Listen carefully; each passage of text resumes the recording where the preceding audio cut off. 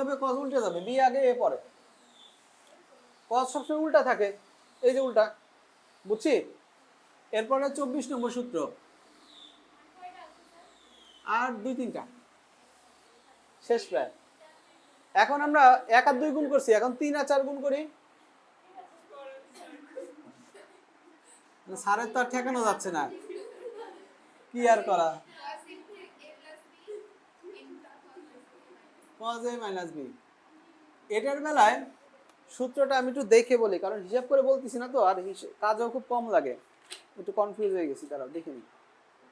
এটার বেলায় হচ্ছে হ্যাঁ cos square a minus sin square b, এটার মধ্যে হচ্ছে cos square a minus sin square b।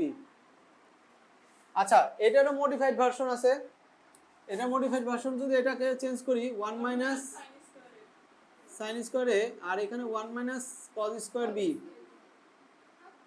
তাহলে 1 1 কাটা যায়, cos square b minus sin square a ও হতে পারে এটা। তার মানে তুমি দেখছো এই দুইটা জিনিস কিন্তু মজার।